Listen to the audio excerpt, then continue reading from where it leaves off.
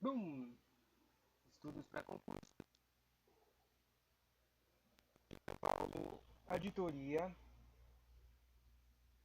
Eu passei na prova fase de força.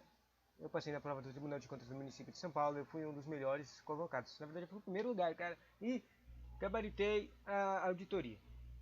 Sobre auditoria, sobre independência e competência profissional. É, é, é, é, é. Esta norma trata dos requisitos de independência para trabalharmos de auditoria e trabalho de revisão limitada ou especial, que são trabalhos de asseguração, em que o auditor expressa a conclusão sobre as demonstrações contábeis. Esses trabalhos compreendem trabalhos de auditoria e de revisão para emitir relatórios de auditoria ou de revisão sobre um conjunto completo de demonstrações contábeis ou parte delas. Os requisitos de dependência para trabalhos de asseguração que não são trabalhados de auditoria ou de revisão são tratados na NBC PA 291. Agora, relembrando uma coisa que a gente viu antes, NBC significa Normas Brasileiras de Contabilidade. E o PA significa. Era tipo auditor, alguma coisa. Auditoria privada. Deixa eu olhar aqui atrás, que deve dar pra achar. Público, perícia a interna, perícia de auditoria, PP. Perito, isso. O PA é perito. É muito irritante essa palavra perito. Ela é difícil de lembrar. A coisa do perito é que o perito significa normas brasileiras de contabilidade do perito, ou seja, do auditor específico, do carinha profissionalzinho, uma específica tipo de auditoria, entende? Mas normalmente perito de auditoria só significa controle o carinha que está contratado lá na auditoria.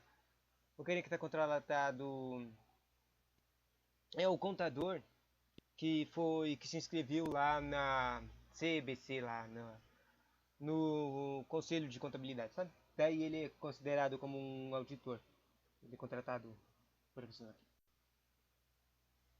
Continuando, em determinadas circunstâncias que envolvem trabalhos de auditoria em que seu relatório de auditoria ou relatório de revisão inclui restrições de uso de distribuição, desde que sejam atendidas certas condições ou requisitos de independência nesta ordem.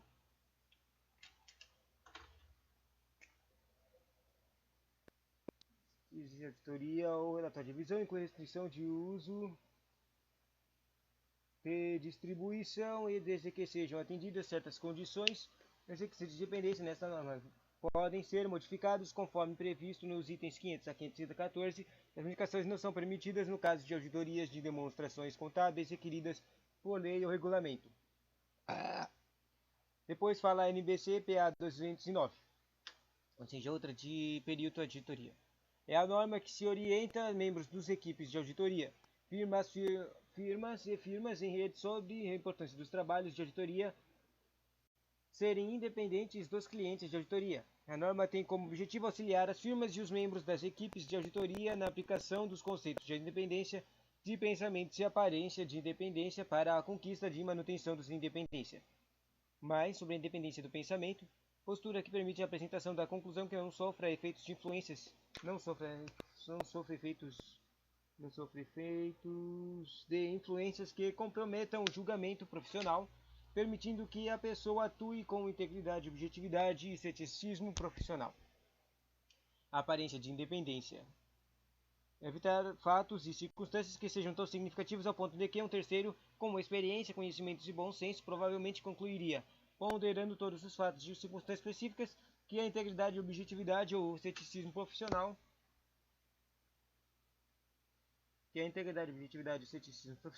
da firma ou do membro da equipe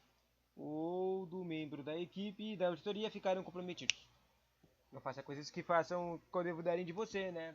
Então, basicamente, é tipo, não vai em jantares que te convidaram, né?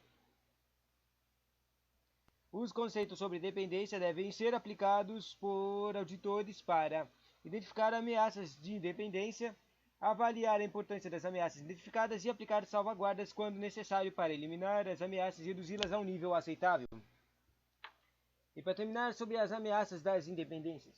As ameaças podem ser criadas por ampla gama de relações e circunstâncias. Quando um relacionamento ou circunstância cria uma ameaça, essa ameaça pode ser comprometer ou pode ser vista como se comprometesse o cumprimento dos princípios fundamentais.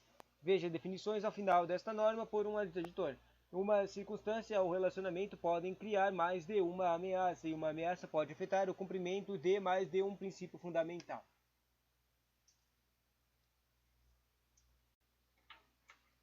As ameaças se enquadram em uma ou mais das categorias a seguir: a ameaça de interesse próprio é a ameaça de que o interesse financeiro ou outro interesse influenciará de forma não apropriada o julgamento ou o comportamento do auditor. Sobre a ameaça de autorrevisão, é a ameaça de que o auditor não avaliará apropriadamente os resultados de julgamento dado os serviços prestados anteriormente por ele ou por outra pessoa de firma dele, nos quais o auditor confiará para formar um julgamento como parte de prestação de serviços atual. A ameaça da defesa de interesse do cliente e a ameaça de que o auditor promoverá ou defenderá a posição de seu cliente ponto a que sua objetividade fique comprometida.